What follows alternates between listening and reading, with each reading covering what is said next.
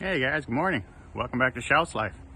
Today we're out running some errands this morning. We just got home here and we're heading to the shop. We're gonna check out a new project we just got in. It's gonna be a fun one.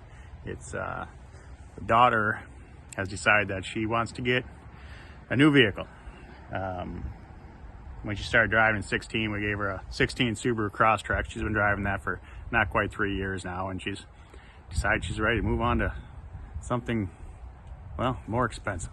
Come on in, I'll show you what we got.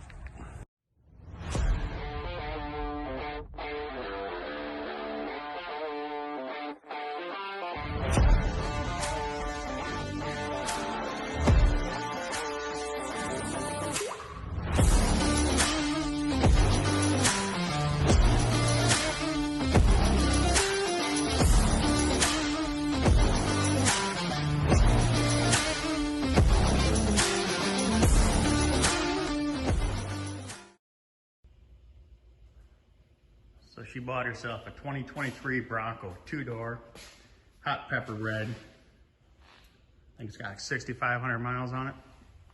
Came from the East Coast. We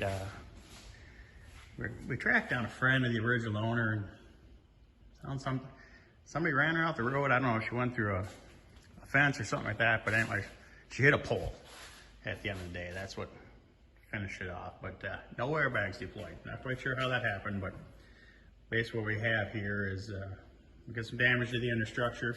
We got about half it already fixed. We started recording this already, and the video did not turn out. So we've already got this section done. Basically, this understructure here was pushed back probably about 3 inches and in, and then we had some damage down to this lower rail here. You can still see a little bit of the pucker here, but we'll get that taken care of. It is supposed to be, you can see how it curves like that. Look at the other side, it is supposed to do that. So that's pretty much back to where it needs to be. We're real close anyways. But what we have here for parts anyways with this truck is, so this came torn down. We didn't tear it down. This was on the back. So we got the hood's junk, but we still got some good parts off of it. We got one junk fender, one good fender, got the mirrors. They got some scratches in them, but that we can't fix. We got the original grill, it's junk. We got the flares, again, some scuffs in it here. I don't know if one through a fence or what. So we got a bunch of new parts here from Ford, because you're not gonna get anything used for these things. What we do have is most of the hardware, which is pretty awesome, because we usually, when they tear them down at the body shop and then they go to the auction, years of this stuff disappears. But we got most of it, not all of it. We're gonna have to order some, but it is what it is. So today we're gonna get back to finishing, or at least working on the rest of the frame damage that we have here. So we got the radiator support for the most part back where it needs to be. We'll hang the new radiator support up here. Gotta be careful with this because it's about $10 million from Ford. So got the radiator support fitting back where it needs to be. It is out of square a little bit. We need to work on that yet, but before we go to that section, we got to finish a little work down here on this guy here, like this section here. You can see it's bent back still. And then we're gonna work on the bumper brackets. It took the pole right in the center, so it bent both the brackets back. And then this frame rail is bent over to the driver's side. Probably about 3/4 of an inch, I think is what I figured out. So we're gonna, right now the truck is set up for the forward pull. It's all chained down backwards so we can pull forward. So we're gonna finish these pulls first, get everything fitting back up here, and then we'll go to work on this frame rail as far as getting it back over where it needs to be. And then we'll recheck our square of the front end and see where that lies at. And then from there, once we get all that taken care of, then we'll start bolting stuff together. New hood, put the fenders on, get the hood latch on, and just kind of see how things line up. And we'll just keep tweaking until we get it the way I want it to.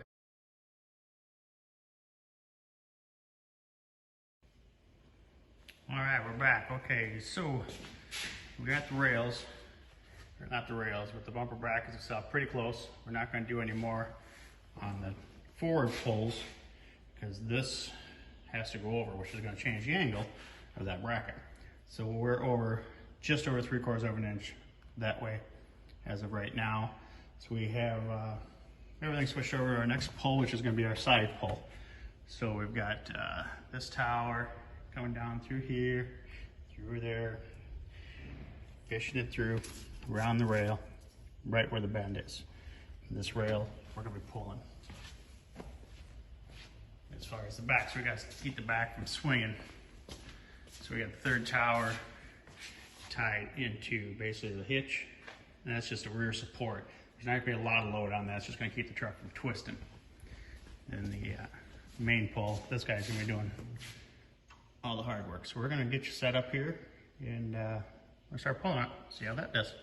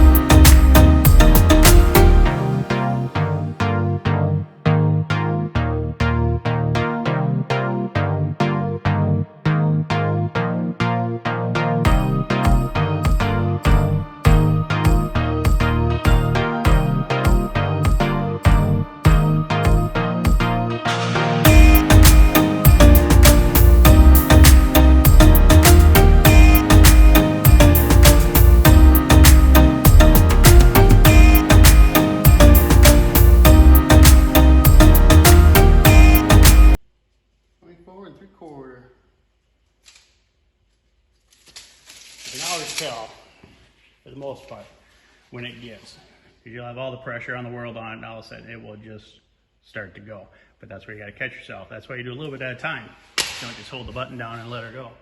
You'll end up just ripping that frame rail. These frame rails are made out of some fancy high-strength steel that Ford uses, so they don't like to bend very easily. They will crack, usually on the corners. If this one wasn't bent near far enough to really worry about that. When they get over there like 5-6 inches, that's when you start having problems with the steel. And they are completely replaceable from Ford.